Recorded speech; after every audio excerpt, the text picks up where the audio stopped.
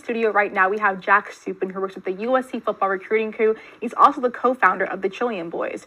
For those out of state like me, you might be wondering, what exactly are the Chilean Boys? I'll leave that up to Jack to tell you.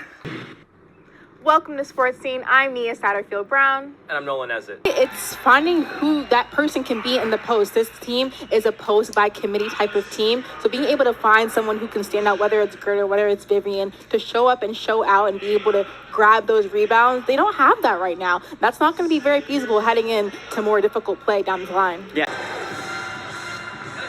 Non-conference play is the perfect opportunity for the Chilean team to bounce back and improve amidst the lower stakes. Head coach Lindsay Godfrey emphasized confidence and composure heading into this matchup because the Portland Pilots are not afraid to press. We watched your confidence soar tonight. What worked well for you in your first collegiate start? I just think my coaches and teammates, I'm surrounded by amazing people, so just having them to kind of mentor me and guide me, it's been so helpful. Was it more so nerves or excitement that you felt tonight? A mix of both, but good nerves. I'm just so excited. We have the best fans in the country, and I'm playing with some of the best people in the country and all my friends, and I'm just so grateful for the opportunity. So. How have your teammates helped you acclimate to playing in collegiate women's basketball? Really with everything. We have some amazing vets on this team between London and Ken. She's a sophomore, but she plays like a senior. They've been amazing with helping me and helping me get caught up after being gone from USA and stuff. So, congrats on the win. Coach Walters, you gave your team a smile after that final kill by Kendall. What was going through your mind during that time? We wanted to be aggressive. That's what we've been preaching to them. We have to serve aggressively. We have to attack aggressively. I told you before the match we had to play defense, and I think our block and down defenders are doing just that as well.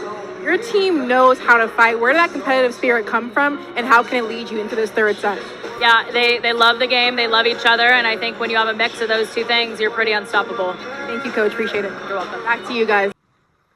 The Clippers sent Chris Paul home this morning, making the decision to part ways with the future Hall of Famer just 21 days into his final season of his career.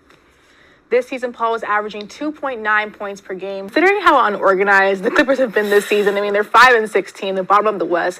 Personally, I think that they did him a favor, but they just went about it in an honestly just cruel way, considering everything that he gave to his organization. Yeah, completely fair take. Let's hear for the rest of them. Yeah, I would have stuck with the B, but honestly, because considering how good men's basketball is right now, they're undefeated. They've made their way into the top 25 poll. Hasn't been done in 2 seasons. Coach Musselman is changing the culture here at USC, so I had to just give them a little uplift for that. And of course, water polo went undefeated this year.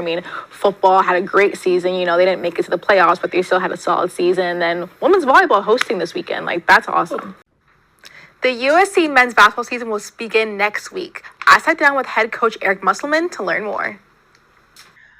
Coach Musselman, we're entering a new season, or rather a new era of USC men's basketball. What are you most excited about, looking forward to this season? Yeah, we're excited. We've had a really good off season, meaning, the 8 weeks in the summer.